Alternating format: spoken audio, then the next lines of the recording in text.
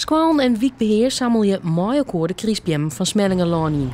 Alle jaren binnen de stapels weer wat minder heeg.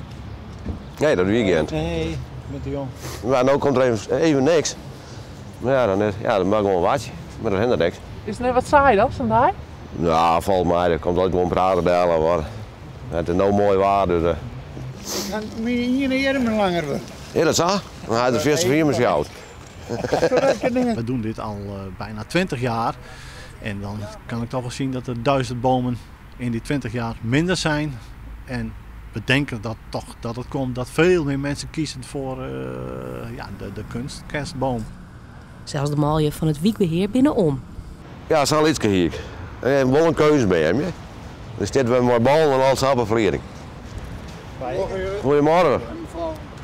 Toch verwachten ze dit jaar nog zo'n 2000 bjemmen op te heljen. De gemeente bleut geld stekken in de jaarlijkse ophelactie om te denken dat de bjemmen oors in de groene container bedarjen. En dat is net de bedoeling.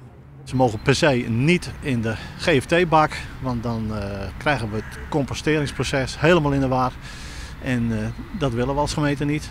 Onze afvalverwerker die zegt dan de partij is afgekeurd en jullie moeten het tegen een veel hoger tarief afvoeren.